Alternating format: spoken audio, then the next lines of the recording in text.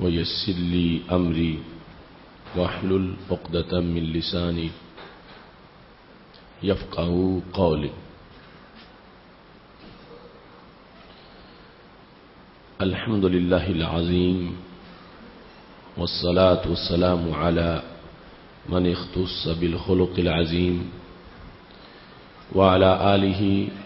وأصحابه الذين قاموا بتأييد الدين القويم. أما بعد فأعوذ بالله من الشيطان الرجيم. بسم الله الرحمن الرحيم. والعصر إن الإنسان لفي خسر إلا الذين آمنوا وعملوا الصالحات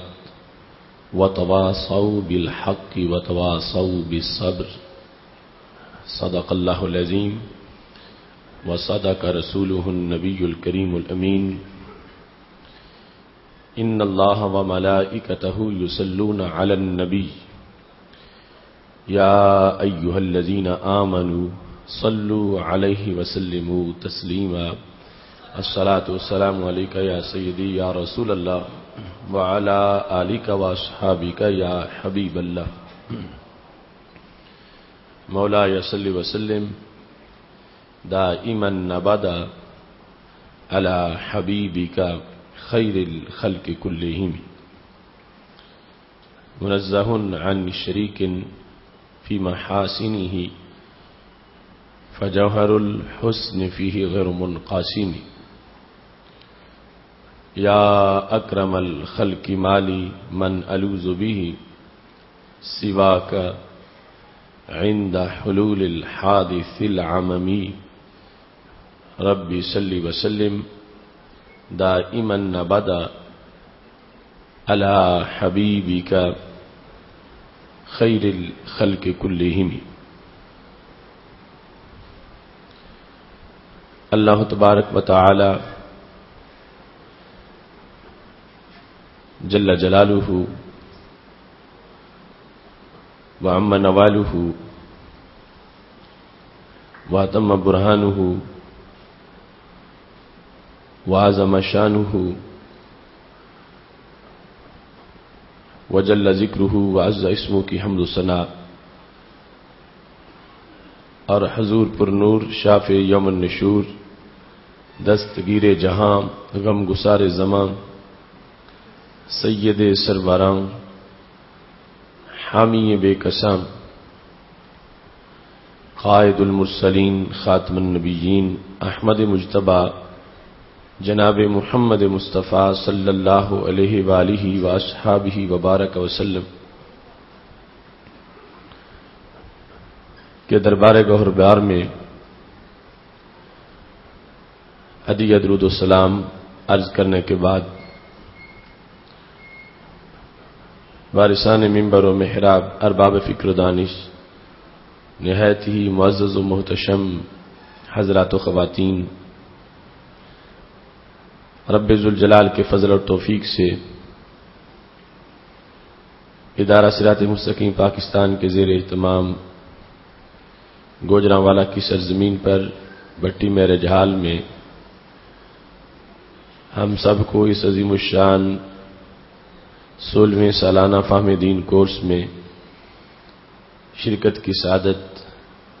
حاصل ہو رہی ہے۔ آج ہماری گفتگو کا موضوع ہے کیوں رضا آج گلی سونی ہے۔ میری دعا ہے ہمیں خالق کائنات جل جلالہ حالات حاضرہ میں غلبہ اسلام اور تحفظ عقائد اہل سنت کے لحاظ سے جو تقاضے ہیں انہیں سمجھنے اور انہیں پورا کرنے کی اللہ توفیق عطا فرمائے۔ آج کا موضوع مجدد دین و ملت امام اہل سنت حضرت امام احمد رضا خان فاضل بریلوی رحمہ اللہ تعالی کہ ایک شعر کا آدھا حصہ ہے، کیوں رضا آج گلی سونی ہے، اٹھ میرے دھوم مچانے والے۔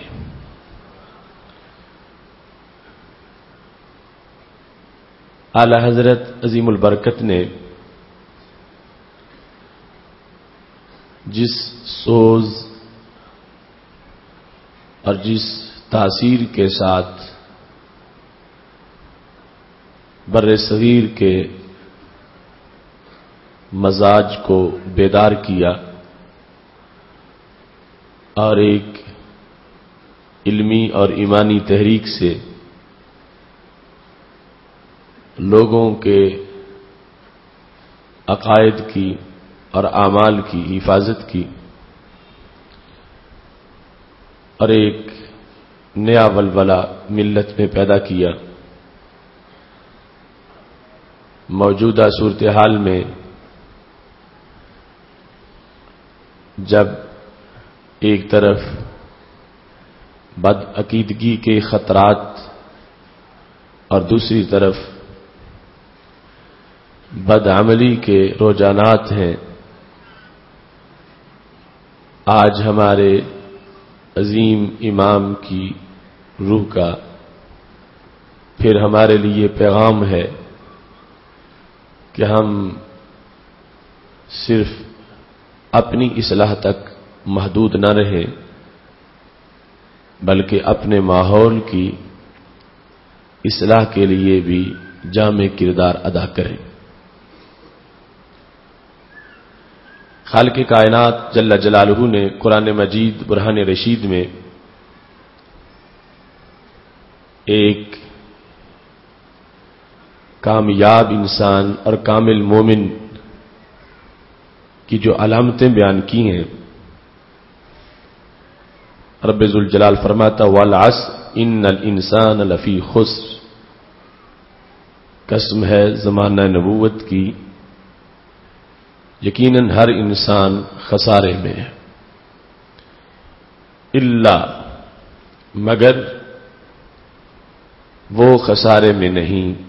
الا الذین آمنوا وعملوا الصالحات وتواصوا بالحق وتواصوا بالصبر، کہ جس میں 4 صفات موجود ہیں وہ گھاٹے میں نہیں ہے۔ پہلی صفت یہ ہے کہ اس میں ایمان ہو، وہ ایماندار صاحب ایمان ہو، اور دوسرے نمبر پر وہ اعمال صالحہ بجا لانے والا ہو، تیسرے نمبر پر حق کی تاکید کرتا ہو، اور چوتھے نمبر پر صبر کی وصیت کرتا ہو اور صبر کی تلقین کرتا ہو۔ اس سورہ کے اس مضمون کے زیر سایہ اعلی حضرت مجدد دین و ملت اور امت کے مصلحین کی کاوشوں کے خلاصہ کے طور پر آج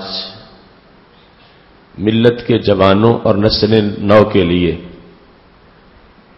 جو پیغام ہے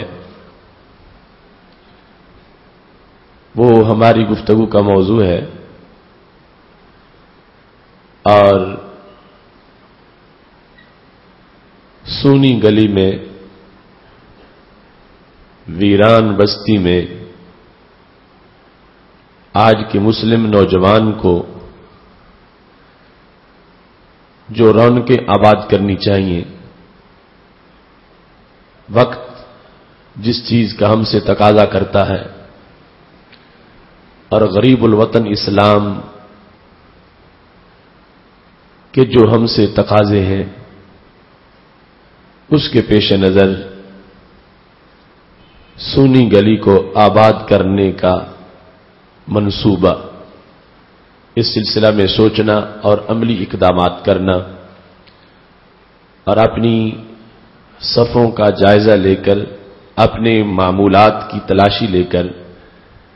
انفرادی اور اجتماعی طور پر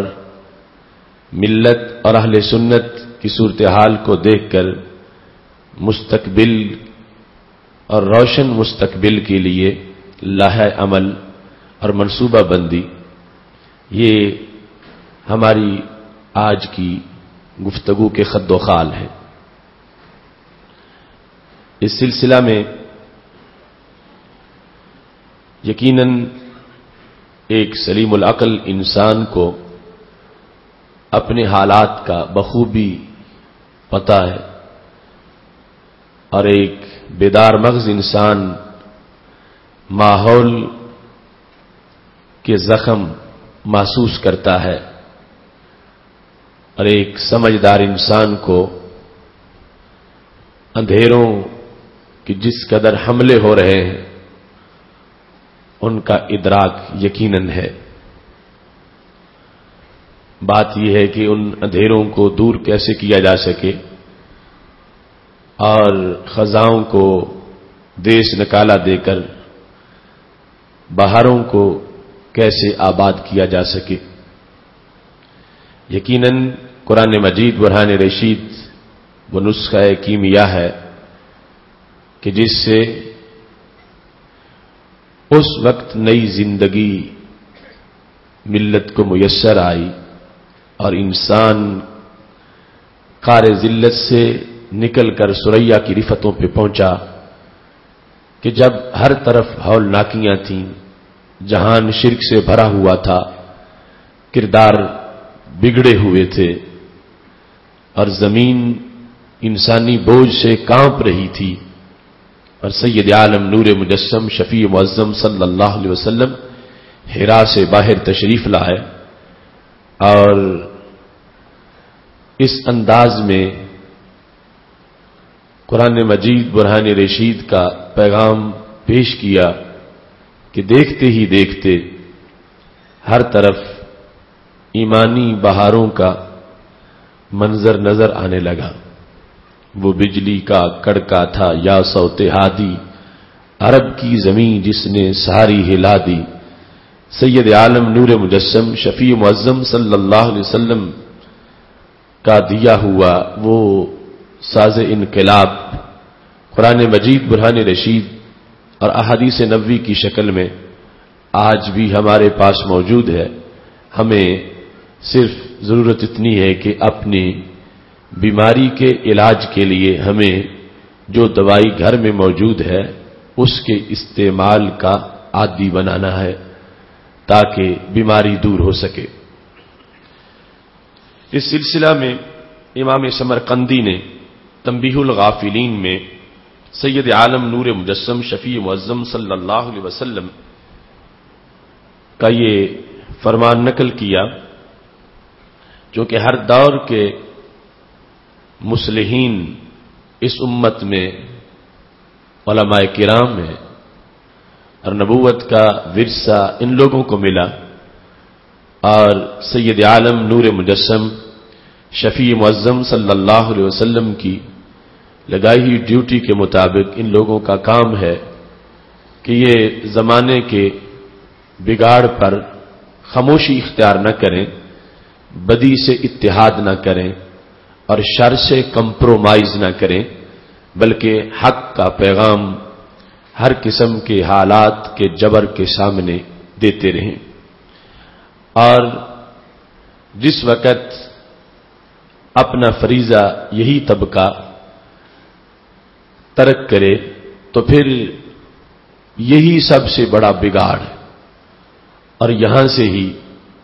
سب سے بڑا شر پھوٹتا ہے۔ تو سید عالم نور مجسم شفیع معظم صلی اللہ علیہ وسلم نے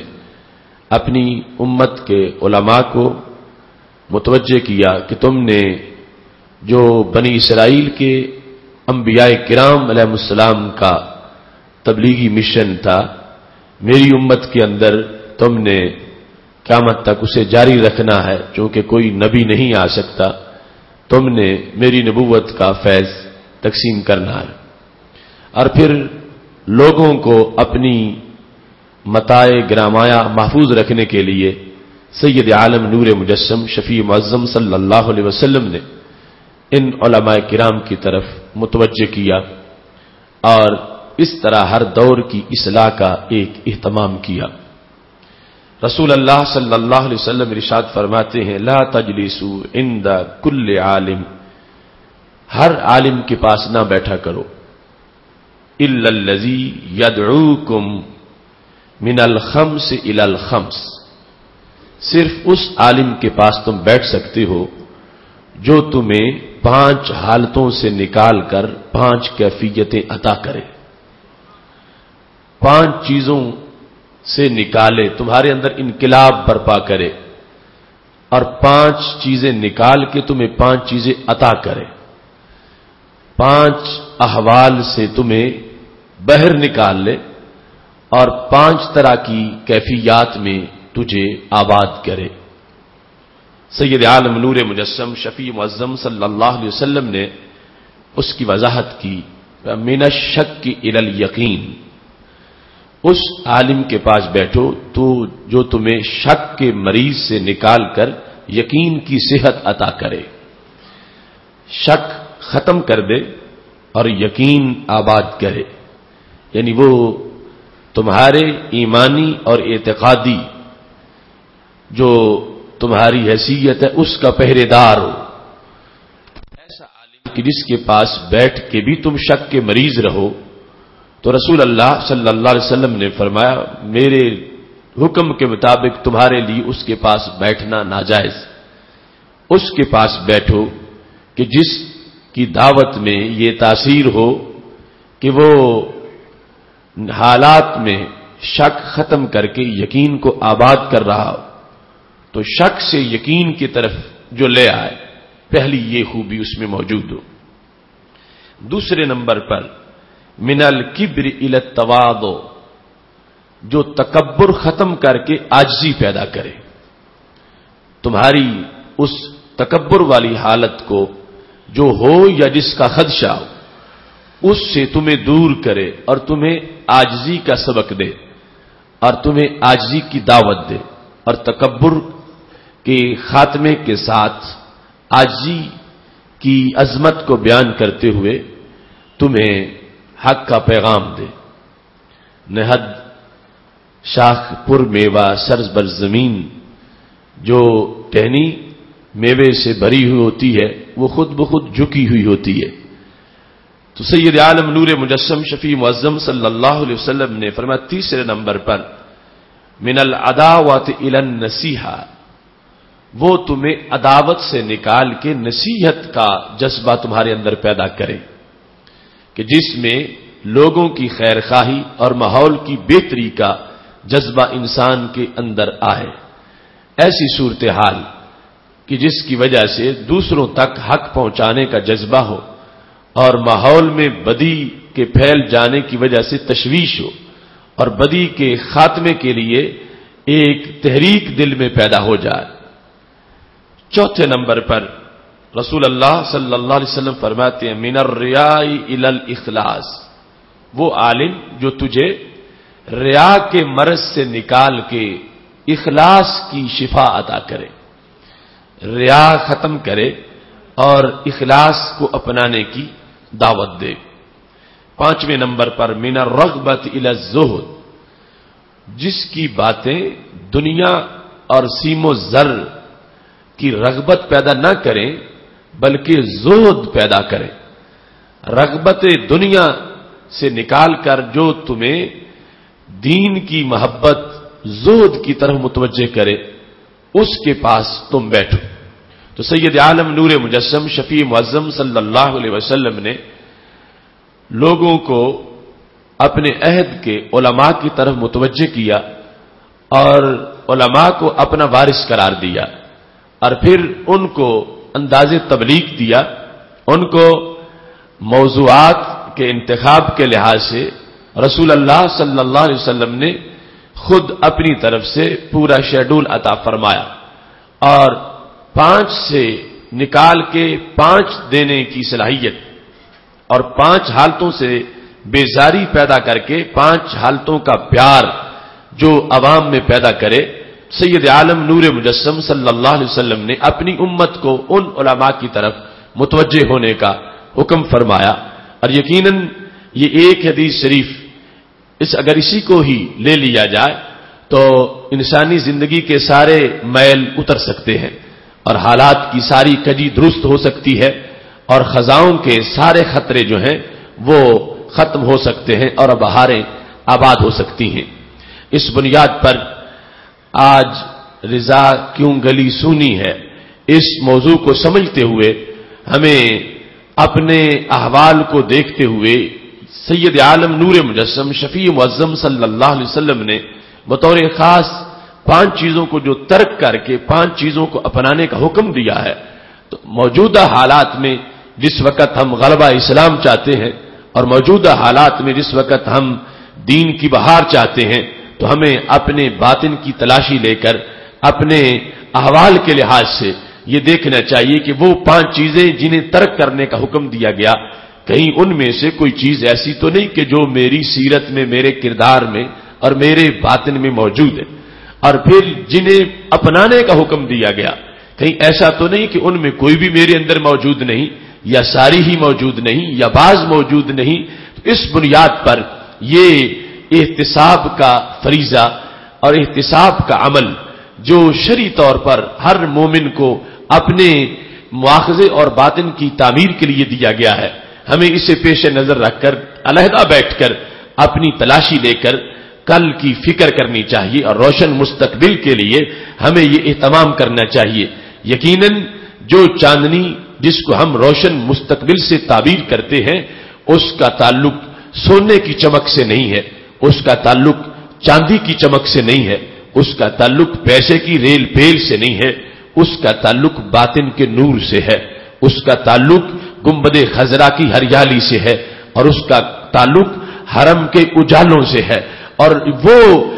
انہی امور سے پیدا ہو سکتا ہے کہ جس کو سید عالم نور مجسم شفیع معظم صلی اللہ علیہ وسلم نے اپنے حکمت بھرے اسلوب میں خود واضح فرمایا ہے۔ اس سلسلہ میں اولین کام جس طرح کے آیا کریمہ کے پہلے حصے میں بیان کیا گیا، الا الذین آمنوا، ایمان اور اعتقاد کی اچھی صورتحال۔ جس وقت ایک انسان تھوڑی سی بھی بد اعتقادی یا نام نہاد روشن خیالی کا مریض ہو جاتا ہے، تو پھر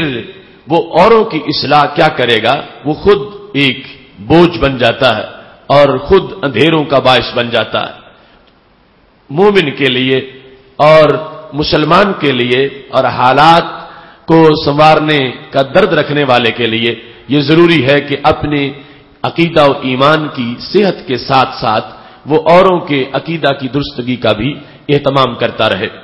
اور اس سلسلہ میں اس کے اندر اتنی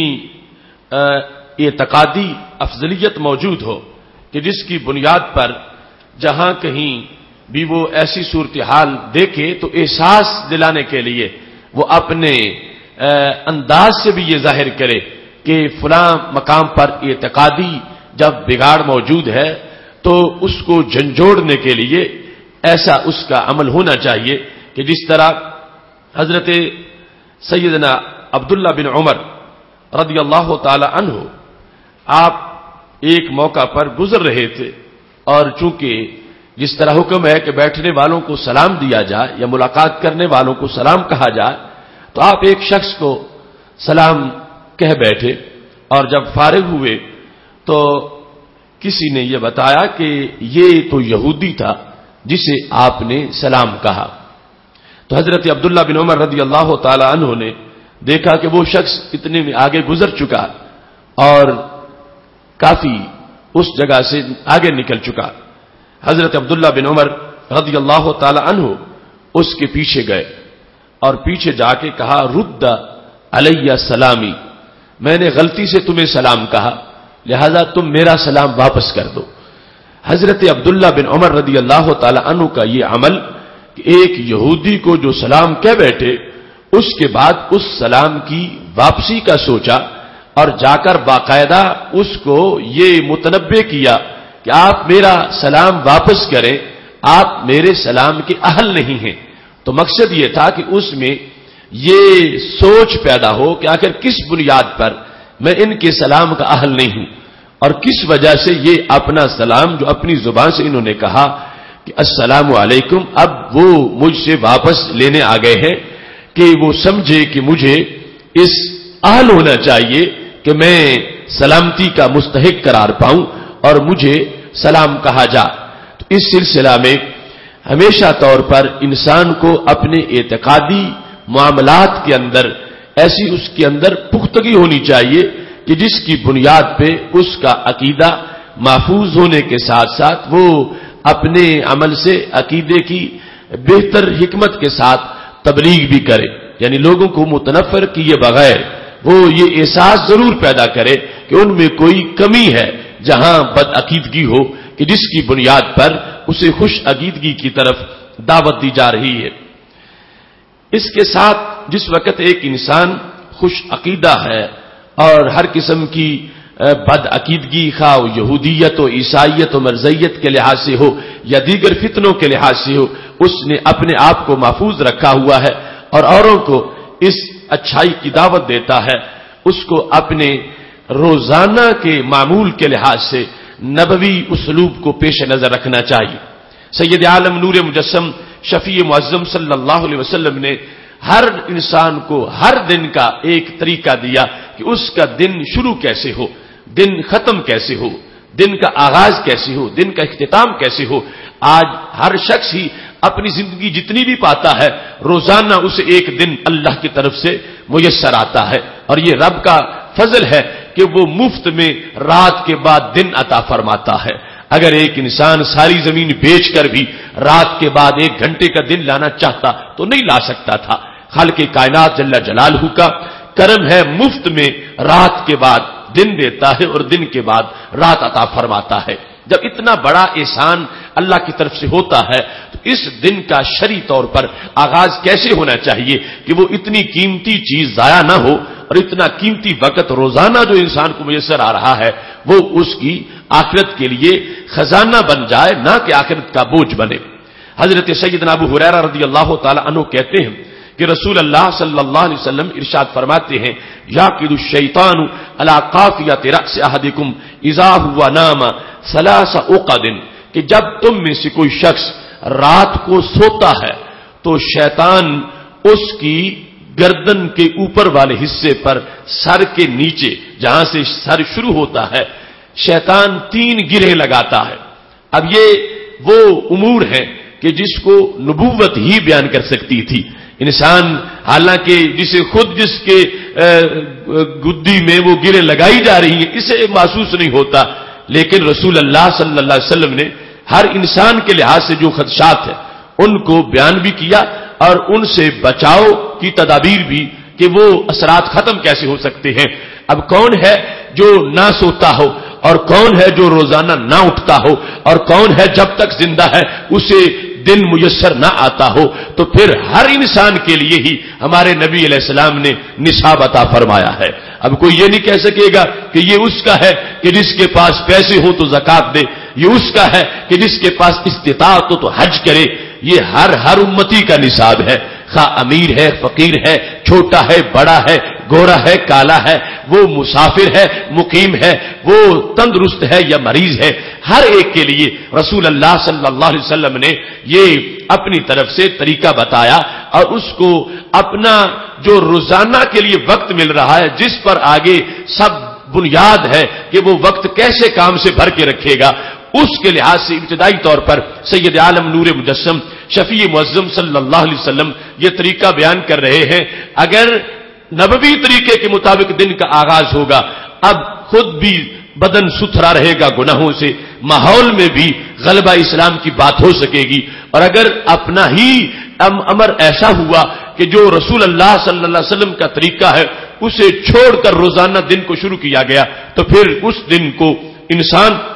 اپنی زندگی کا قیمتی سرمایہ کیسے قرار دے سکے گا، بلکہ روزانہ کا وقت اس کے لحاظ سے ایک بوجھ بنتا جائے گا۔ اختصار سے عرض کرتا ہوں، میرے نبی علیہ السلام ارشاد فرماتے ہیں، تم میں سے جب بھی کوئی بندہ سوتا ہے تو شیطان اس کی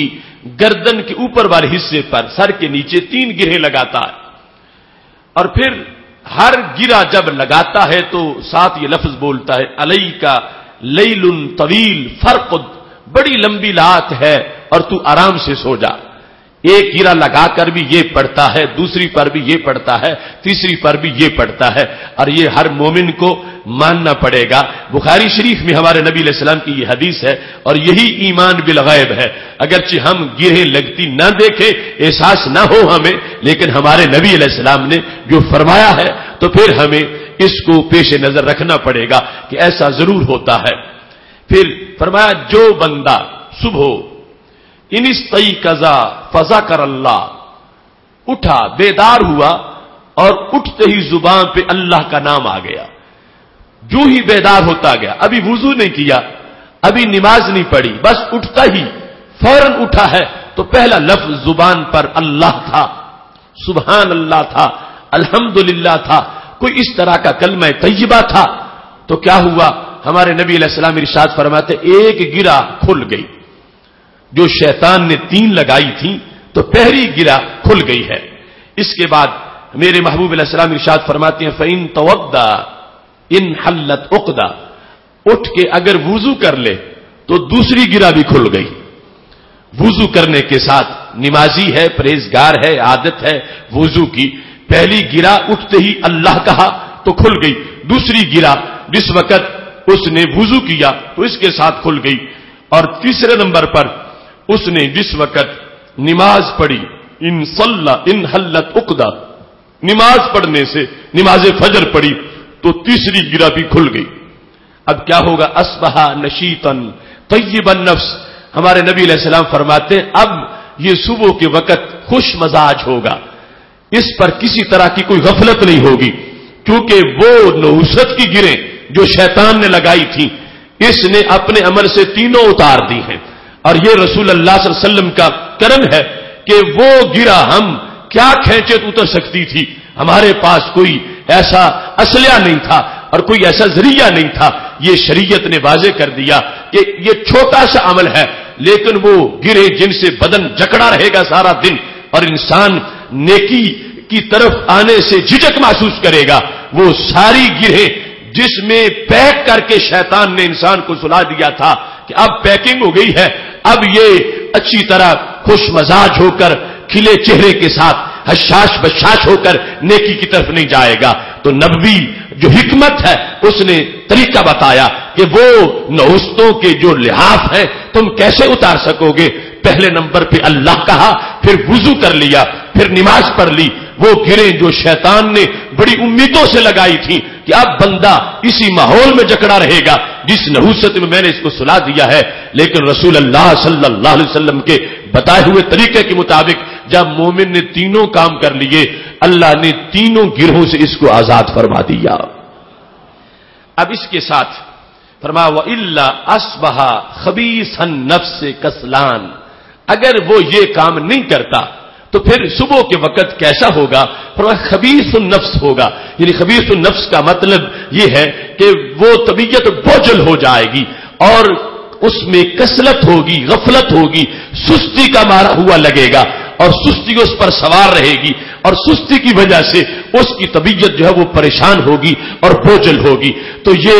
اولین کام جس کا ہمیں روزانہ اہتمام کرنا ہے، اپنے ہر دن کو ایک عظمت کے سفر کی منزل بنانے کے لیے، اپنے ہر دن کو ایک اعلیٰ کام کا ذریعہ بنانے کے لیے ابتدائی طور پر وہ وقت ہی ہے جس کو اچھائی میں بھی استعمال کیا جا سکتا ہے، برائی میں بھی استعمال کیا جا سکتا ہے. اور اس کے لیے جو پہلی اکائی ہے وہ یہ ہے کہ انسان کا بدن شیطانی زنجیروں میں جکڑا ہوا نہ ہو اور انسان کا پیکر جو ہے وہ شیطانی لحاف جو ہے ان کا اسیر نہ ہو. تو پھر جا کے آگے مراحل آئیں گے کہ جن کی وجہ سے وہ خود نور بنے، اوروں کو نور بنائے. اس سلسلہ میں سید عالم نور مجسم شفیع معظم صلی اللہ علیہ وسلم کی عظمت اور آپ کی عظمت کو کروڑوں سلام پیش کرتے ہوئے ہمیں اس چیز کو اپنی زندگی میں روزانہ اس کو جذب کر لینا چاہیے اور اپنے وقت کو بابرکت بنانے کے لیے اور ملت اسلام کے غلبہ کے لیے جو کوششیں ہیں ان میں برکت لانے کے لیے ہمیں اپنی عملی زندگی کے اندر یہ جو صورتحال جس کا سید عالم نور مجسم شفیع معظم صلی اللہ علیہ وسلم نے بیان فرمایا ہے، ہمیں اس کی مکمل پابندی کرنی چاہیے۔ اور اس کے ساتھ وہ حضرت داؤد علیہ السلام کا خطبہ جس کو ابو نعیم نے حلیہ میں لکھا ہے، آپ فرماتے ہیں یا معاشر الابناء تعالوا حتی اعلمکم خشیت اللہ، اے نوجوانوں آؤ میں تمہیں سکھاتا ہوں کہ اللہ سے ڈرا کیسے جاتا ہے، خشیت کیا ہے۔ نوجوانوں کو خطاب کرتے ہوئے انہوں نے یہ کہا تھا، فرمانے لگے ایما عبد منکم احب ان یحیی ویجرل الایام الصالحہ، جو بندہ تم میں سے یہ چاہتا ہے کہ وہ زندگی گزارے اور نیکیاں دیکھے اور نیک دن دیکھے، اس کا وقت نیکی میں گزرے اور اس کو ایام صالحہ میسر آئیں، تو اس کو حضرت داؤد علیہ السلام فرماتے ہیں میں ایک نسخہ بیان کر دیتا ہوں۔ کیا نسخہ ہے؟ فرمایا فلیحفظ عینیہ، نبوت کی باتیں کتنی حکمت والی ہوتی ہیں، اور جو انسان یہ چاہتا ہے کہ اس کا کوئی دن غمی میں نہ ڈوبے، اس کو آفات ناگہانی کا سامنا نہ کرنا پڑے اور اس کو اس دن میں مختلف مصیبتوں کا لقمہ نہ برنا پڑے، تو وہ کیا کرے؟ فرمایا فلیحفظ عینیہ ان ینظر اسوا، اس کو اپنی آنکھوں کی حفاظت کرنی چاہیے۔ وہ انسان اپنی نگاہ بھٹکنے مت دے، وہ ناجائز نہ دیکھے، وہ غیر محرم کی طرف نہ دیکھے، وہ اپنی آنکھ کی حفاظت کرے، اپنی آنکھ کو بچا کے رکھے۔ پھر وَلِسَانَهُ أَن يَنْطِقَ بِالْإِفْكِ، اور اپنی زبان سے کسی پر بہتان نہ باندھے، اپنی زبان سے کوئی غلطی کوئی جھوٹ نہ بولے اور اپنی زبان جو ہے اس کو جھوٹ کی آلودگی میں آلودہ نہ ہونے دے۔ حضرت داؤد علیہ السلام یہ نسخہ بیان کر کے انسانوں کو، ابناء کو، جوانوں کو یہ بات بتا رہے ہیں کہ جس کو یہ چاہیے کہ اس کا وقت خوش رہے اور اس کا وقت آباد رہے نیکیوں کے ساتھ اور اسے پریشانیوں کا سامنا نہ کرنا پڑے، فرمایا اس کو یہ کرنا چاہیے۔ اب آغاز دن کا ہوا اس نبوت کے فیض کے ساتھ، اور پھر آگے دن کے اندر فرمایا یہ آنکھیں اور یہ زبان، ان کے لحاظ سے ایک پابندی کر لی جائے، انسان اپنی زبان کو عفق، بہتان اور جھوٹ کی طرف نہ جانے دے اور اپنی آنکھوں کو بدنگاہی سے بچا کے رکھے، اس کا دن جو ہے وہ نیکیوں سے معمور رہے گا اور اس کے دن کو روشنی حقیقی میسر آئے گی، جس سے صرف باہری اجالا نظر نہیں آئے گا بلکہ اسے دل میں بھی روشنی محسوس ہوتی رہے گی۔ اس کے ساتھ ساتھ ایک انسان جسے انقلابی طور پر ماحول میں کام کرنا ہے، اس کے لیے یہ ضروری ہے کہ وہ اپنے ماحول کی خیر خواہی کا جذبہ رکھتا ہو۔ الا الذین آمنوا وعملوا الصالحات، عامل الصالحات میں تو آ گیا کہ خود نیکی کرتا ہے، جس کا ایک مختصر سا ایک ویو آپ کے سامنے عرض کر دیا۔ اس کے ساتھ تواصی بالحق کرے، تواصی بالصبر کرے، حق بات بتائے، حق پر چپ نہ کر جائے، حق کا اظہار کرے اور پھر وہ اوروں کی خیر خواہی کے لیے اس جذبے سے ان کو صبر کی بھی تلقین کرے کہ جیسے حالات ہیں ان حالات کا مقابلہ کرنے کا صبر، اس کی وہ بطور خاص اس کو تبلیغ کرتا رہے۔ سید عالم نور مجسم شفیع معظم صلی اللہ علیہ وسلم کا فرمان صحیح بخاری میں موجود ہے، فرمایا ہے ما من عبد یسترعیہ اللہ رعیۃ فلم یحطھا بنصحہ لم یجد رائحۃ الجنہ۔ ہمارے نبی علیہ الصلوۃ والسلام ارشاد فرماتے ہیں جس انسان کو اللہ نے کسی رعایا کا نگہبان بنایا ہے، جس کے زیر نگیں چند لوگ ہیں، جس کا ہلکا اثر کچھ لوگوں تک ہے، جس کو اللہ نے چند ہی افراد کا نگران بنایا ہے اور پھر فرمایا وہ ان کی خیر خواہی نہیں کرتا جن کا وہ نگران ہے، خواہ وہ ملک کا ہے، خواہ وہ صوبے کا ہے، خواہ وہ ضلع کا ہے، خواہ وہ اپنے گھر کا ہے، جتنے افراد کا بھی رب نے اس کو نگہبان بنا دیا ہے، جو اس کے زیر سایہ ہیں، جن تک اس کی بات کا اثر جاتا ہے، جو اس کے کنٹرول میں ہے اور جو اس کی زیر کفالت ہے یا زیر حکم ہے۔ فرمایا جس وقت رب ذوالجلال نے اس کو ایسی رعایا دے دی ہے، ایسے لوگ دے دیے ہیں، اس کو کچھ لوگوں کے لیے نگہبان بنا دیا ہے، اور پھر فرمایا یہ ان کی خیر خواہی نہیں کرتا، یہ نہیں سوچتا کہ میں جن کا نگہبان ہوں ان کی خیر کس میں ہے۔ ملک کا حکمران عوام کی خیر خواہی نہیں سوچتا، اور گھر میں والد اپنے بچوں کی خیر خواہی نہیں سوچتا، خیر خواہی نہیں کرتا، سکول میں استاد، مدرسہ میں مدرس جو اس کی رعایا ہے اس کے لحاظ سے وہ خیر خواہی نہیں کرتا، تو کیا ہوگا؟ ہمارے نبی علیہ السلام ارشاد فرماتے ہیں لم یجد رائحۃ الجنہ، یہ انسان کتنا ہی پرہیزگار کیوں نہ ہو، جنت تو کیا جنت کی خوشبو بھی نہیں سونگھ سکے گا۔ اس واسطے کہ اس نے جو خیر خواہی کا جذبہ تھا جو اس کے اندر موجود ہونا چاہیے تھا، جس کی بنیاد پر بدی ختم ہوتی، جس جذبے کی بنیاد پر گھر سے ملک تک ہر طرف غلطی کا خاتمہ ہوتا، بدی کا سر کچلا جاتا، شر کو دیش نکالا دیا جاتا، وہ جذبہ اس میں مفقود ہو گیا۔ یہ نگہبان بنا، مگر اس کے باوجود اس نے خیر خواہی نہیں کی کہ جس کے پیش نظر دیکھا جاتا کون کون سی بیماری ملت میں آ گئی ہے اور اس کا علاج کیسے ہو سکتا ہے، یا کون کون سی بیماری شہر میں آ گئی ہے اس کا علاج کیسے ہو سکتا ہے، یا کون کون سی بیماری محلے میں آ گئی ہے اور اس کا علاج کیسے ہو سکتا ہے، یا کون کون سی بیماری گھر میں آ گئی ہے اور اس کا علاج کیسے ہو سکتا ہے۔ فرمایا جو نگہبان تھا، نگران تھا، اس کے زیر سایہ 5 افراد تھے یا 500 تھے یا 5000 تھے یا 5 لاکھ تھے، فرمایا اس نے ان کی خیر خواہی کے لیے منصوبہ بندی نہیں کی، کوشش نہیں کی، اپنی طرف سے اس نے جگر نہیں پگھلایا اور نگہبانی کے لیے حق ادا نہیں کیا۔ ہمارے نبی علیہ الصلوۃ والسلام ارشاد فرماتے ہیں چونکہ اس کی حیثیت اب انفرادی نہیں رہی تھی، اس کی حیثیت اجتماعی کاموں کی بن گئی تھی، اسے چونکہ رعایا دے دی گئی تھی، اسے کچھ لوگوں کا نگہبان بنا دیا گیا تھا، اور اس نے ان کی خیر خواہی نہیں کی، ان کو پیش نظر نہیں رکھا، ان کی امور کا درد اپنے سینے میں محسوس نہیں کیا، جس کے نتیجے میں گھر بدلا، محلہ خراب ہوا، شہر خراب ہو گیا، ملک خراب ہو گیا، اور وہ ان کی بہتری کے لیے کوئی کردار ادا نہیں کر سکا۔ فرمایا اس کی نمازیں، روزے، حج، زکات، اس کی کیا حیثیت ہوگی؟ لم یجد رائحۃ الجنہ، جنت میں جانا تو دور کی بات ہے، اس کو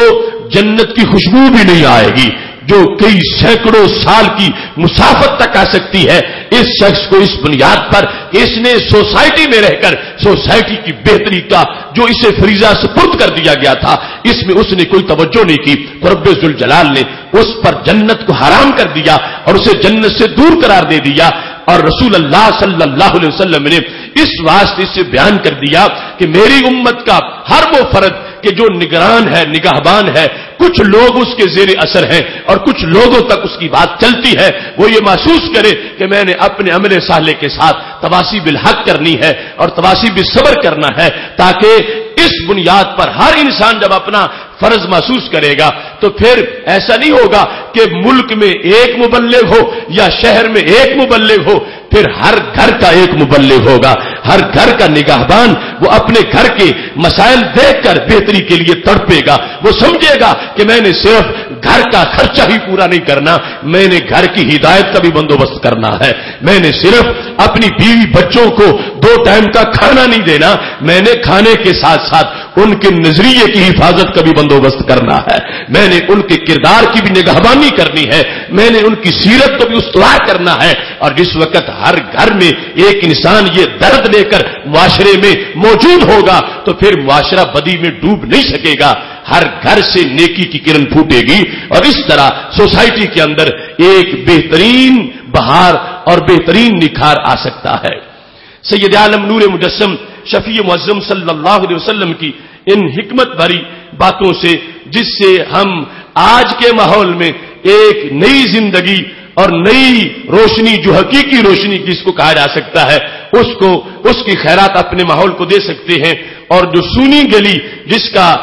خدشہ تھا اس سونی گلی کو پھر ہم آباد کر سکتے ہیں کہ وہ سونی گلی اس میں چلنے والے حیوان نہ ہو بلکہ چلنے والے ایسے ہوں جن کے کردار پہ فرشتوں کو بھی رشک آ رہا ہو، جن کے تقدس پر تقویٰ پر فرشتوں کو بھی رشک آ رہا ہو، ایسی گلی آباد ہو محلے کی، اور ایسی گلی آباد ہو شہر کی، اور ایسی گلی آباد ہو ملک کی، یہ اسی نغمہ انقلاب سے اس کو آباد کیا جا سکتا ہے جس کا سورج ہرا سے طلوع ہوا اور فاران کی چوٹیوں سے نکلا، اور سید عالم نور مجسم شفیع معظم صلی اللہ علیہ وسلم کے نور سے وہ آگے سینوں تک روشنی منتقل ہوئی۔ آج بھی اسی روشنی سے ہم اپنے عہد کے بگاڑ کو ختم کر کے ایک حقیقی انقلاب کی منزل کو حاصل کر سکتے ہیں۔ اس سلسلہ میں اگر مزید ہم آگے امور کو دیکھیں تو چند چیزیں مزید ان کو ذہن میں رکھنا لازم ہے تاکہ انسان کی قیمتی زندگی کا کوئی لمحہ بھی ضائع نہ ہو جائے، چونکہ ہماری زندگیاں ہی تھوڑی تھوڑی ہیں، وہ کئی صدیوں تک کی زندگی اور کئی صدیوں تک کی بندگی، اب وہ ہماری عمروں کے لحاظ سے اس امت کی جو اعمار ہیں اس کے لحاظ سے ایسا نہیں، عمریں تھوڑی ہیں اور ہمیں ایسے چانسز دیے گئے کہ جن کی وجہ سے ہم صدیوں کی نیکیاں کما سکتے ہیں اور صدیوں کے فاصلے ہم گھنٹوں میں طے کر سکتے ہیں۔ تو اس بنیاد پر آج کی سونی گلی میں بہار آباد کرنے کے لیے چوتھے نمبر پر ہمیں اپنے اندر حضوری کا پہلو پیدا کرنا چاہیے۔ آج یعنی ایک المیہ یہ ہے کہ ہم جو متوجہ ہوتے ہیں دین کی طرف، ہم نماز پڑھتے ہیں، ہم دعا مانگتے ہیں، ہم درود شریف پڑھتے ہیں، تو الا ماشاءاللہ ہماری حالت غفلت والی ہوتی ہے، ہماری سوچ حاضر نہیں ہوتی، ہمارا دماغ حاضر نہیں ہوتا، ہمارا خیال حاضر نہیں ہوتا، ہمیں حضوری کی کیفیت نہیں ملتی۔ یعنی اسلاف تو ایسے ہیں کہ وہ اگر مسجد سے نکل جائیں پھر بھی دل مسجد میں رہتا ہے، وہ دکان پر بیٹھے ہوں تو پھر بھی وہ ہاتھ کارول اور دل یارول کا ان کا جو وہ اسلوب ہوتا ہے۔ لیکن آج ہم جو صورتحال جس کا ہمیں مشاہدہ کرنا پڑتا ہے، نماز پڑھتے ہوئے یہ سوچ ذہن میں رکھنا کہ رب کے دربار میں کھڑا ہوں، یہ مشکل ہوتا جا رہا ہے۔ دعا مانگتے وقت یہ سوچ ہو کہ رب سے مانگ رہا ہوں اور رب مجھے دے گا اور یقیناً دے گا، اس کے بغیر ہی دعا مانگی اور دعا سنی اور آمین کہا جاتا ہے۔ اور درود پڑھتے ہوئے یہ تصور کہ میں جنہیں سنا رہا ہوں وہ سن رہے ہیں اور میں ان سے دور نہیں ہوں بلکہ ان کے دربار میں حاضر ہوں، اس سے انسان کو بے خبری ہو جاتی ہے۔ تو جب خود دل ہی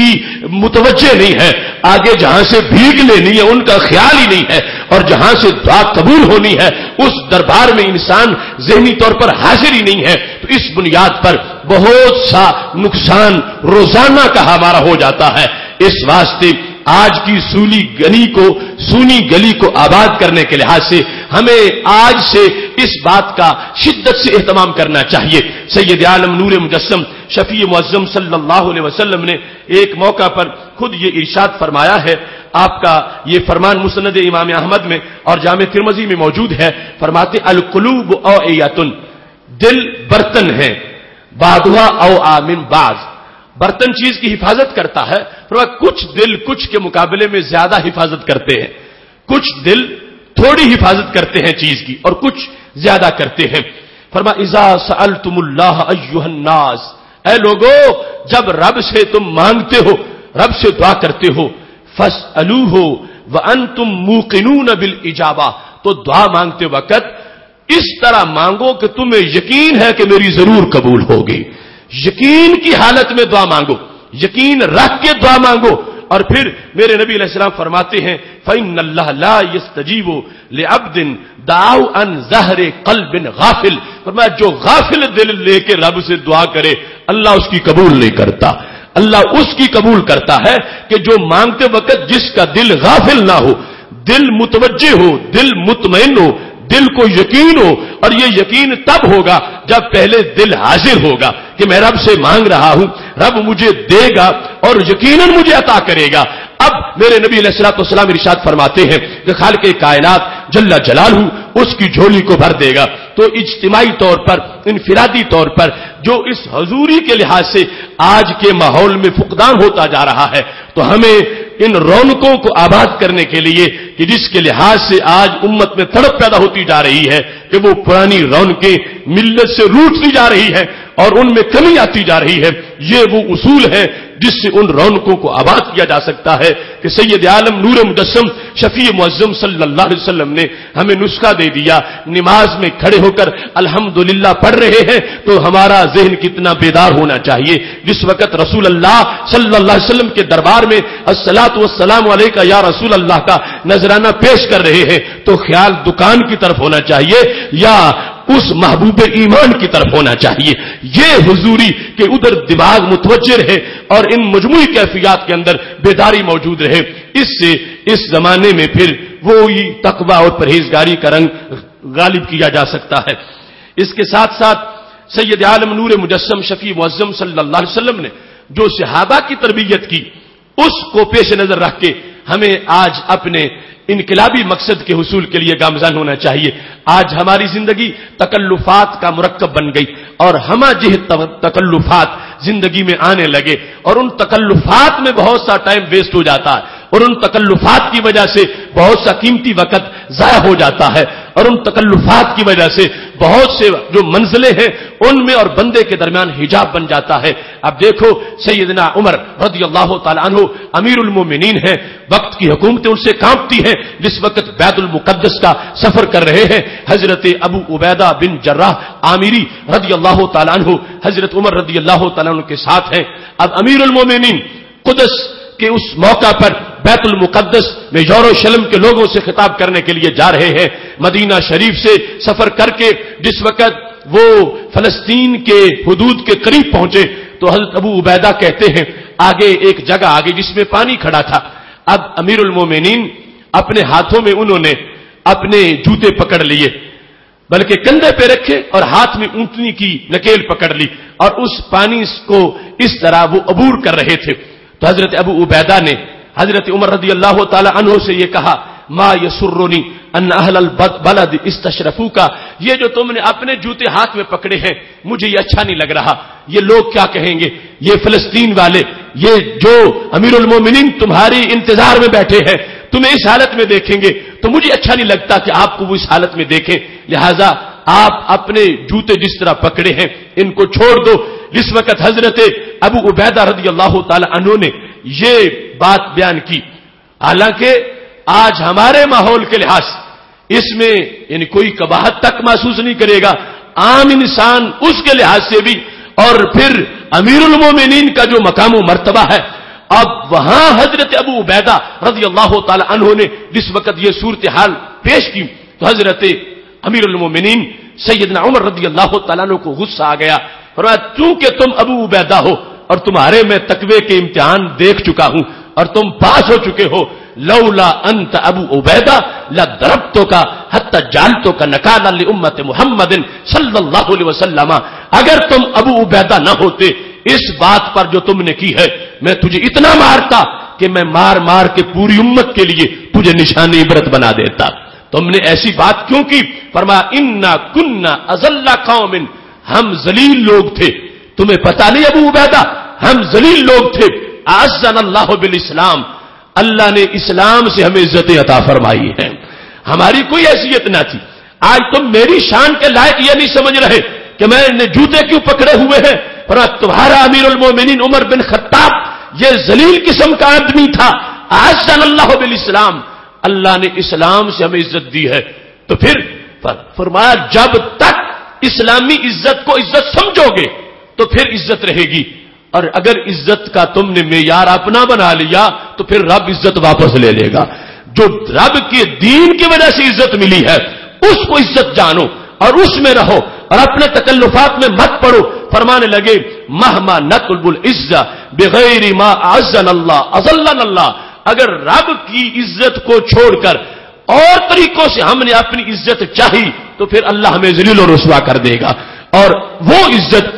جو رب نے عطا کی ہے وہ واپس چلی جائے گی. اب امیر المومنین حضرت سیدنا عمر رضی اللہ تعالیٰ عنہ کا یہ جملہ اور آج کے ہمارے حالات, آج کتنے ایسے طریقے ہیں کہ جن کو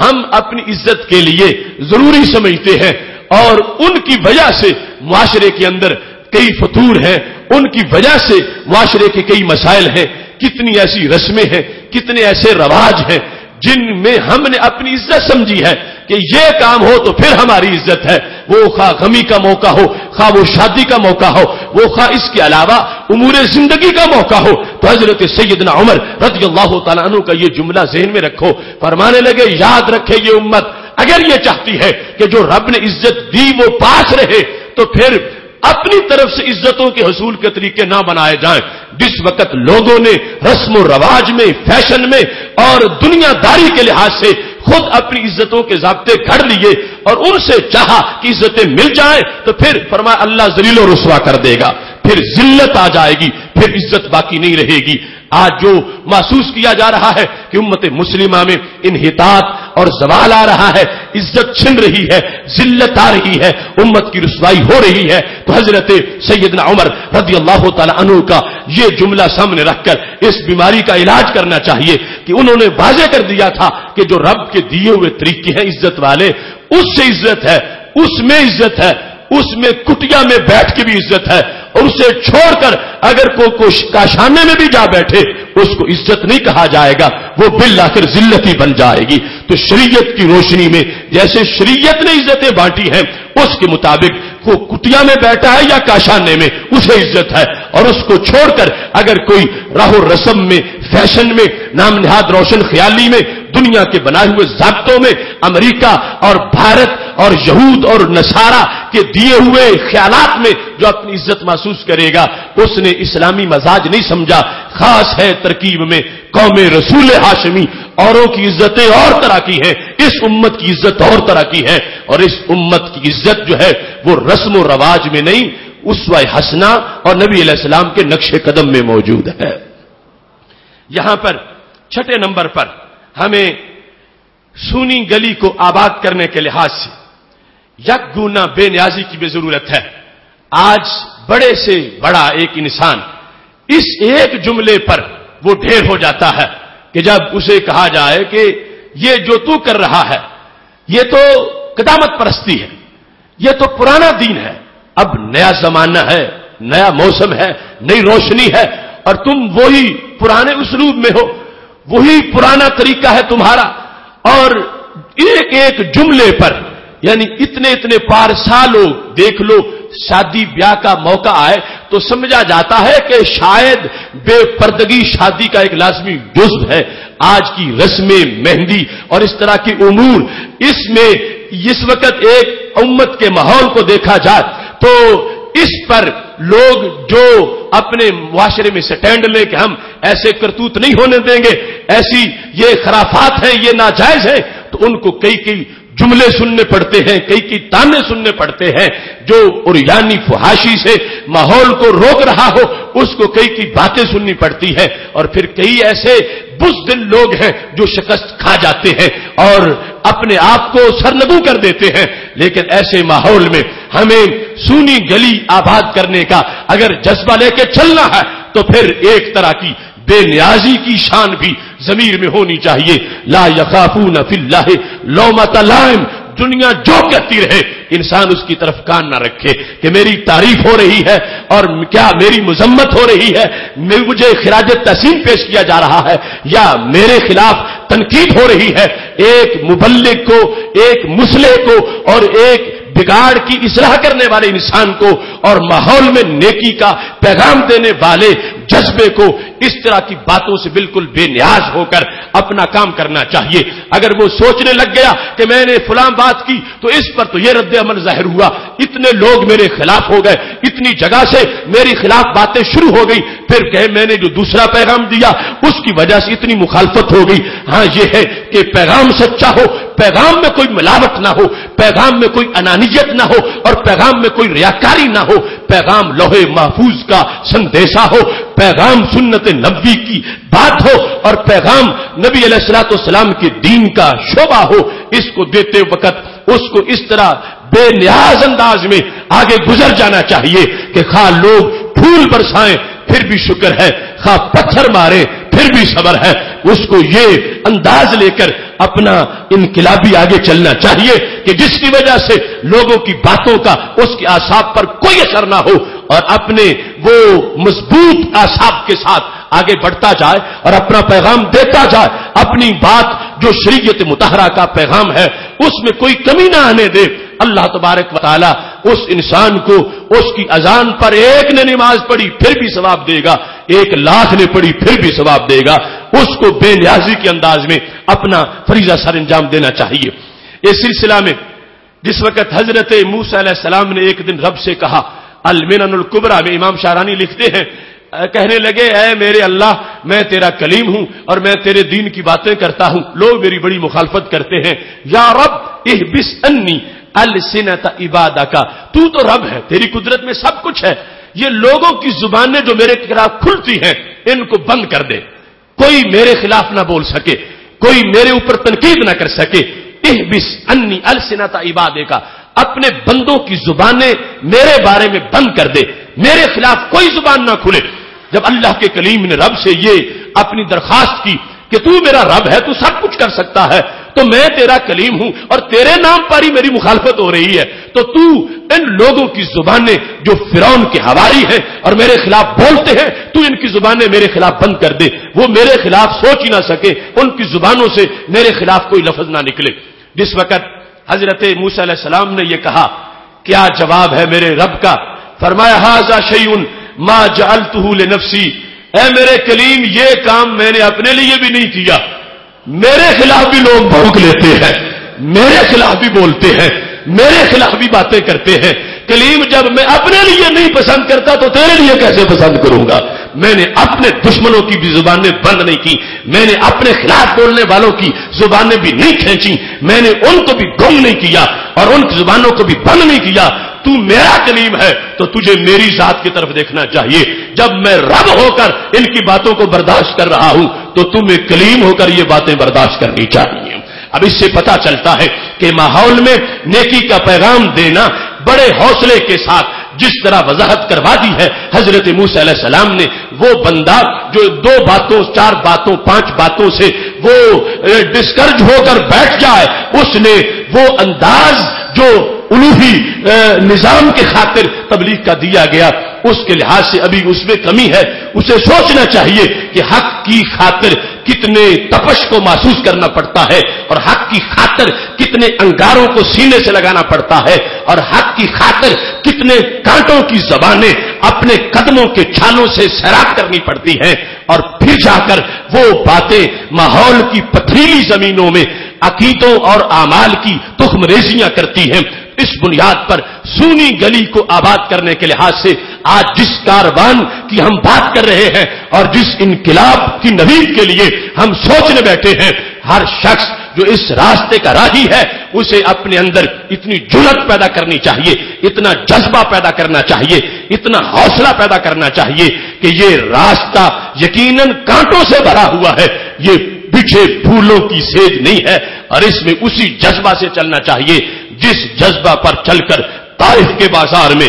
ہمارے آقا صلی اللہ علیہ وسلم نے ہمیں دکھایا ہے، جس جذبہ کے ساتھ بدر حنین کی طرف بڑھے ہیں، اس جذبہ کے پیش نظر سنت کے اعلاء اور دین کے غلبہ کے لیے ہمیں نکلنا ہے، اور تب جا کر اس کائنات کی سونی گلی کے اندر نئے سرے سے بہار آ سکتی ہے، نیا انقلاب آ سکتا ہے، اسی دین کا انقلاب جس کو سید عالم نور مجسم شفیع معظم صلی اللہ علیہ وسلم نے اپنے روشن انداز میں بیان کیا ہے۔ اس کے ساتھ ساتھ ایک جانگدازی کا جذبہ بھی ہر سینے میں موجود ہونا چاہیے، یہ نہیں کہ کانٹا چبھے انسان ہائے ہائے کرتا بیٹھ جائے، سوئی لگے تو رستے کو چھوڑ دے۔ دیکھو جب مسیلمہ کذاب کے سامنے حضرت حبیب بن زید رضی اللہ تعالیٰ عنہ کو پیش کیا گیا، وہ جھوٹا نبوت کا دعوے دار، اس کے سامنے جب حضرت زید کو پیش کیا گیا، حبیب بن زید جن کی امی حضرت ام عمارہ کا تذکرہ خواتین کے موضوع میں گزر چکا ہے، جس وقت حضرت حبیب کو پیش کیا گیا تو مسلمہ نے پوچھا اتشہدو ان محمد رسول اللہ، کیا تم گواہی دیتے ہو کہ حضرت محمد صلی اللہ علیہ وسلم اللہ کے رسول ہیں؟ تو حضرت حبیب نے کہا ہاں میں گواہی دیتا ہوں کہ آپ اللہ کے رسول ہیں، حضرت محمد مصطفیٰ صلی اللہ علیہ وسلم اللہ کے رسول ہیں۔ اب مسلمہ کہنے لگا اتشہد انی رسول اللہ، کیا یہ گواہی دیتے ہو کہ میں اللہ کا رسول ہوں؟ تو حضرت حبیب نے کہا لا، میں نہیں گواہی دیتا کہ تم اللہ کے رسول ہو۔ اب وہ اپنے پورے لاؤ لشکر کے ساتھ، یعنی جس کی فوج جو یمامہ میں تھی وہ 40,000 تھی، یعنی اتنا بڑا دہشت گرد اپنی دہشت گردی کی بنیاد پر اپنی نبوت کا لوہا منوانا چاہتا ہے، جھوٹی نبوت منوانا چاہتا ہے، اور سچے نبی کا سچا غلام اس کے سامنے موجود ہے۔ جب اس نے کہا تم گواہی دیتے ہو کہ حضرت محمد صلی اللہ علیہ وسلم اللہ کے رسول ہیں، حضرت حبیب نے کہا نعم اشہدو، میں گواہی دیتا ہوں وہ اللہ کے رسول ہیں۔ تو کہتا ہے تشہدو انی رسول اللہ، کیا دیتے ہو گواہی میں بھی اللہ کا رسول ہوں؟ آپ نے فرمایا لا اشہدو، میں گواہی نہیں دیتا۔ اس نے جلاد کو کہا اس حبیب کا ایک بازو کاٹو، ایک بازو کاٹا گیا۔ آپ اب بتاؤ اتشہدو انی رسول اللہ، گواہی دیتے ہو کہ میں رب کا رسول ہوں؟ پر لا اشہدو، میں گواہی نہیں دیتا کہ تم رب کے رسول ہو۔ اس نے کہا دوسرا بازو بھی کاٹو، ایک ایک کر کے ایک ایک عضو کاٹا گیا۔ حضرت حبیب رضی اللہ تعالی عنہ کا ایک ایک عضو کٹتا رہا۔ جب مسلمہ پوچھتا تھا گواہی دیتے ہو کہ حضرت محمد صلی اللہ علیہ وسلم اللہ کے رسول ہیں؟ تو حبیب کہتے تھے ہاں گواہی دیتا ہوں۔ جب وہ کہتا تھا گواہی دیتے ہو کہ میں رسول ہوں، آپ فرماتے پتہ ہی نہیں چلتا تو بولتا کیا ہے، تیری مجھے سمجھ ہی نہیں آتی، تو بولتا کیا ہے، میں تجھے تسلیم نہیں کرتا۔ اس طرح کر کے عضو ایک ایک کر کے کٹتا رہا، عشق بڑھتا رہا، سوئے دارو رسن زخم کھاتا ہوا اور مسکراتا ہوا۔ حضرت حبیب رضی اللہ تعالی عنہ کی شہادت ایک عجیب انداز کی شہادت تھی، چھوٹے چھوٹے عضو ایک ایک کر کے کٹتے گئے، جان نکل گئی ہے، مگر انہوں نے وفا کا دامن نہیں چھوڑا، اپنے آپ کو اپنے محبوب کی عزت کے لیے قربان کر دیا ہے، اور قیامت تک کے لیے حق پرستوں کو یہ پیغام دیا ہے کہ یہ مشن اس پہ چلتے ہوئے مضبوط حوصلے کی ضرورت ہے، اور جان گدازی اس کا پہلا سبق ہے۔ اپنی جان چھڑک دینا اپنے مقصد پر اور اپنے مشن کو اپنی جان سے سیراب کرنا، یہ اس راستے کے مسافروں کا کام ہوتا ہے جو حضرت حبیب رضی اللہ تعالی عنہ نے برملا اس دربار کے اندر اس جھوٹے نبی کے سامنے لوہا منوایا کہ سچے نبی کے غلام کتنے سچے ہوتے ہیں۔ اس مقام پر 8ویں نمبر پر وہ وفا شعاری ہونی چاہیے کہ جو حضرت امام حسین رضی اللہ تعالی عنہ نے کربلا کے میدان کے قریب جب پہنچ چکے تھے، سواری پہ بیٹھے تھے، حضرت علی اکبر ساتھ تھے، تو اونگ آ گئی، اور جب سر اٹھایا تو کہا الحمدللہ الحمدللہ رب العالمین انا للہ و انا الیہ راجعون۔ دونوں آیات اکٹھی پڑھی تو عظیم بیٹے نے پوچھا ابا جی جویل تو فدا کا، میں آپ پہ قربان ہو جاؤں، یہ اس وقت پڑھنے کا مطلب کیا ہے؟ اور پھر 2 آیتیں الحمدللہ خوشی کے وقت اس کو پڑھا جاتا، انا للہ غم کے وقت پڑھا جاتا، اور آپ نے دونوں کو ملا دیا ہے، اس کا سبب کیا ہے؟ تو حضرت امام حسین رضی اللہ تعالیٰ عنہ نے کہا مجھے جب اونگ آئی تو مجھے ایک شخص کا یہ پیغام سنائی دیا کہ قوم موت کی طرف جا رہی ہے اور موت ان کی طرف آ رہی ہے، تو مجھے پتا چل گیا ہے کہ کربلا کے میدان کا رزلٹ کیا ہے۔ تو حضرت علی اکبر رضی اللہ تعالیٰ عنہ نے کہا میرے ابا جی السنا علی الحق، کیا ہم حق پر نہیں ہیں؟ کیوں ہمارے لیے موت کھڑی ہے؟ ہم موت کی طرف جا رہے ہیں، موت ہماری طرف آ رہی ہے، زمانہ درمیانی فاصلہ سمٹ گیا ہے، کیا ہم حق پر نہیں ہیں؟ تو حضرت امام حسین رضی اللہ تعالی عنہ نے کہا حق پر ہی تو ہیں، اس لیے ہی تو ہماری طرف موت آ رہی ہے۔ مکتب عشق کا دستور نرالا دیکھا، اس کو چھٹی نہ ملی جس نے سبق یاد کیا۔ حق پر ہونے کی وجہ سے ہمارا امتحان ہوا،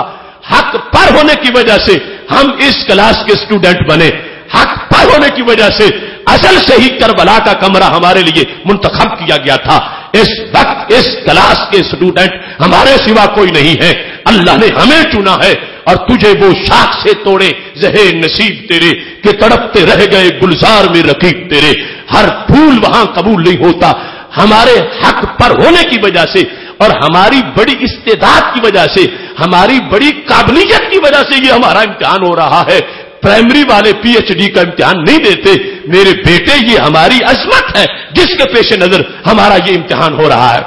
اب حضرت علی اکبر رضی اللہ تعالیٰ عنہ بولے تو کیا بولے؟ کل اذن لا نبالی نموت محقین، پھر میرے ابا جی کوئی پرواہ نہیں، اگر بدن کے 100 ٹکڑے ہوں یا 1000 ٹکڑے ہوں کوئی پرواہ نہیں۔ کیوں؟ فرمایا نموت محقین، ہم حق کرتے دنیا سے چلے جائیں گے، ہمیں کوئی پرواہ نہیں، کوئی ڈر نہیں ہے، پھر موت کا کوئی خدشہ نہیں، موت کے سامنے سرنگوں نہیں ہوں گے، موت کا کوئی ڈر نہیں ہے، ہم حق کے لیے اپنی جان دے رہے ہیں۔ لہذا یہ جذبہ استوار کرنا یہ کربلا کا سبق ہے، یہ قیامت تک کے دین کے مسافروں کے لیے کربلا کی اذان ہے، اور قیامت تک کے لیے اندھیروں کا مقابلہ کرنے والے لوگوں کے لیے یہ کربلا کا تحفہ ہے، اور قیامت تک کے جبر کے طوفانوں سے اور ستم کی چٹانوں سے ٹکرانے والے حق پرستوں کے لیے یہ کربلا کی فصل کا پکا ہوا پھل ہے، جس سے ہمیشہ کے لیے یہ بات سامنے آتی رہے گی، کرتی رہے گی پیش شہادت حسین کی آزادی حیات کا یہ سرمدی اصول چڑھ جائے کٹ کے سر تیرا نیزے کی نوک پر، لیکن یزیدیوں کی اطاعت نہ کر قبول۔ وہ سبق اس راہ کا بڑا سبق تھا جو حضرت امام حسین رضی اللہ تعالیٰ عنہ نے پیش کیا۔ آج کی سونی گلی کے آباد کرنے کے لحاظ سے ہر مسافر، ہر دائی، ہر مبلغ اور ہر طرف رکھنے والے انسان کو یہ ذہن میں رکھنا چاہیے کہ اس راستے میں عام لوگ نہیں، خاص لوگ چلتے ہیں، اور عام لوگوں کو اللہ اپنے دربار میں قبول نہیں کرتا، خاص لوگوں کی جانوں کو اپنے دربار میں قبول فرماتا ہے۔ اس کے ساتھ عملاً ہمارے لیے کیوں رضا آج گلی سونی ہے، اس کے اہتمام کے لیے رمضان المبارک کے ان لمحات میں اور مغفرت کے اس عشرہ میں، نزول قرآن کے اس مہینہ میں، حالت روزہ کے ہمارے اس سلیبس میں ہمیں آج یہ سوچنا چاہیے کہ یہ ساری جو ڈیوٹیاں ہیں یہ کون معاشرے میں ادا کرے گا، کس کے اوپر ہے، کس کے کندھوں پر ہے۔ اگر ہر ایک دوسرے کی ذمہ لگاتا رہے، ہر ایک دوسرے پہ ڈالتا رہے، تو مسئول کون ہوگا، مواخذہ کس سے ہوگا، اور کیسے یہ سارا کام ہو سکے گا؟ نہ جن آ کے کریں گے، نہ فرشتے آ کے کریں گے، اللہ نے ان کی ڈیوٹیاں اور لگا رکھی ہیں، اور چاہے تو سب کچھ کروا سکتا ہے، مگر اس نے مکلف ہمیں بنایا ہے، دین ہمیں دیا ہے، خیر امت ہمیں کہا ہے، امتوں کا سردار ہمیں بنایا ہے، جنتوں کے ہم سے وعدے کیے ہیں، فرشتوں کو ہمارے جلسوں کے گرد چکر لگانے کا حکم دیا ہے کہ جہاں یہ بیٹھ جائیں تم فرشتوں رحمت کے پر تان کے اوپر کھڑے ہو جاؤ، آسمانوں تک ابر کرم چھا جائے، جہاں یہ بیٹھے حفتہم الملائکہ کا حکم آ گیا، تم نوریوں خاتمیوں کے گرد چکر لگاتے رہو، تمہیں بندگی کا ثواب مل جائے گا۔ لیکن خلیفہ رب کا تو حضرت انسان ہے، خلافت فرشتے کو نہیں ملی، خلافت حضرت انسان کو ملی ہے، اور اس کو مکلف بنا کر اس کے ذمہ ڈیوٹی لگائی گئی ہے۔ تو آج پھر اس سونی گلی کو جس میں ہر طرف سنسان خطرات جو ہیں وہ جنم لے رہے ہیں، اس کو اسلام کی اس گلی کو آباد کرنے کے لیے جو اساسی کام ہے، ابتدائی اور کلیدی کام ہے، اور جس کے بغیر گزارا نہیں ہو سکتا، وہ ہے علم دین کی ضرورت اور علم دین کی اہمیت، اور علم دین کے لیے منصوبہ بندی اور قرآن و سنت کے علم کے لیے نسل تیار کرنا اور ذہن سازی۔ یہ ہے جس سے کل کی رات میں اجالے ہوں گے، یہ ہے جس سے خزاؤں کو بہاروں میں بدلا جا سکے گا، یہ ہے وہ دینی علم جس کی وجہ سے بنجر زمینیں پھر ابر کرم سے سیراب ہو جائیں گی۔ اگر آج تم اجتماعی طور پر ہر گھر میں اپنے بچوں کے پاس بیٹھ کر یہ مشورے کرتے رہو گے، ایک انجینئر ہوگا، ایک ڈاکٹر ہوگا، ایک تاجر ہوگا، تو دین والا کون ہوگا؟ دین کا خیمہ کون آباد کرے گا؟ دین کے کاشانے میں بیٹھ کر کل فتویٰ کون دے گا؟ دین کی مسجد کا کل مفتی کون ہوگا؟ دین کا حلال و حرام